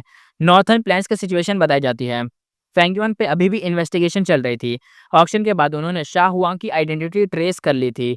डेंजर हाई था, बट लिटिल हुई मॉडल ने अपडेट दिया कि नॉर्थर्न प्लेन्स अभी सेंट्रल कॉन्टिनेंट से ज़्यादा पीसफुल था। ऑक्शन के बाद सब गुई मोटर्स अपनी अपनी पावर्स को एब्जॉर्ब करने में बिजी थे, इसलिए ज़्यादा कोई इतना ध्यान नहीं दे रहा। बस फैंग जीजे ही था जो इन चीज़ों में लगा हुआ है, अदरवाइज बाकी कोई ज़्यादा ध्यान नहीं दे रहा। फेंगयुआन को ढूँढना, फेंगयुआन को ढूँढेगा फेंग जीजे, तो उसी में वही लगा हुआ है फेंगयुआन को ढूँढने में। बाकी सब लोग तो अपना-अपना काम कर रहे हैं नॉर्थर्न प्लेन्स में। कोई कलेक्ट कर रहा है मटेरियल ताकि मा होंगी उनको रिफाइन करके वो वाला गू ले सके लक वाला, और कोई अपने-अपने काम मतलब जितना लोगों ने कमाया सब इन मतलब एब्ज़ॉर्ब कर रहे थे, पावरफुल हो रहे थे धीरे-धीरे। बस फेंग जीजे ही अपना फेंगयुआन के पीछे पड़ा हुआ है या शाह हुआंग कह लो उसके पीछे, एक ही बात है। अब सीन दिखाया जाता है नॉर्थर्न प्लेन्स का, स्नोई माउंटेन वेस्टलैंड का सीन, जो यहाँ पे अपना एंसेस्टर था, ओल्ड एंसेस्टर शू हो, जो रिफाइन करना चाह रहा था मा होंगयुन को। तो उस बंदे ने जितना भी मटेरियल इकट्ठा करने को बोला था, जितने भी पीक के सारे बंदों को बोल दिया था कि मटेरियल लेके आओ। तो भाई अब वो शायद वो टाइम आ चुका है। ओल्ड एंसेस्टर शू हो ने अपनी फुल डेमोनिक आर्मी मोबिलाइज़ कर दी थी। Rank 8 fortune revealing heaven immortal को रिफाइन करने के लिए ये न्यूज़ पूरी नॉर्थर्न प्लेन्स में फैल गई थी। या हुआंग ने ज़ॉम्बी अलायंस के साथ कोलैब डीपन किया था। इससे ज़ॉम्बी अलायंस का स्टेटस सडन ऊपर शूट हो गया था। क्वीन बाईशेंग गायब था। प्रिंस फेंगशियान जिसके ऊपर फेंगयुआन सबसे ज़्यादा अलर्ट था, बिल्कुल साइलेंट था। फेंगयुआन यहाँ पे सोचता हुआ कहता है, इतनी शांति होना खतरनाक है। किसी भी टाइम मेरी आइडेंटिटी एक्सपोज़ हो सकती है, और अगर हो गई तो दोनों कॉन्टिनेंट्स जैसे सेंट्रल कॉन्टिनेंट और नॉर्थर्न प्लेन्स मुझे और हाई लॉलन को मारने पे उतर आएँगे। इवन ईस्टर्न सी या वेस्टर्न डिज़र्ट भागने में भी कोई फ़ायदा नहीं है। जायंट सन इमॉर्टल वल्नरेबल की इनहेरिटेंस का मामला, भाई एकदम सब पीछे पड़ जाएँगे मेरे। फेंगयुआन कहता है किस तरह से इन्वेस्टिगेशन हो रही है, सेंट्रल कॉन्टिनेंट या नॉर्थर्न प्लेन्स, ये अब तक क्लियर नहीं है। अभी सिर्फ़ अपने पुराने प्लान्स फ़ॉलो करके ही मैं सर्वाइव कर सकता हूँ। एक पॉज़िटिव चीज़ ये थी कि फेरी लिशान से अलायंस सही चीज़ें चल रही थी। फेरी लिशान के साथ सब सही चल रहा था, और एक तरीके से वो सब कुछ बता देते थे फेंगयुआन को कि क्या सीन चल रहा है आस-पास। उसके इन्फो नेटवर्क से फेंगयुआन को हर मूवमेंट का पता चल रहा था। फेंगयुआन कहता है रियल प्रॉब्लम ये है कि मैं अभी वीक हूँ। अगर रैंक 8 होता तो कोई टेंशन नहीं होती, चाहे इनहेरिटेंस लीक भी हो जाए। वेट, अगर पता चल गया कि मेरे पास विज़डम गो है, तो रैंक 8 होके भी सब कुछ मतलब जितने भी लोग हैं सब अटैक कर देंगे। फेंगयुआन कहता है फिलहाल प्रायोरिटी है कि ऑक्शन गेन्स को एब्ज़ॉर्ब करके जल्दी से स्ट्रेंथ बढ़ाना। अब कुछ दिनों के बाद का सीन दिखाया जाता है, सीक्रेट रूम का एग्ज़िट वाला सीन।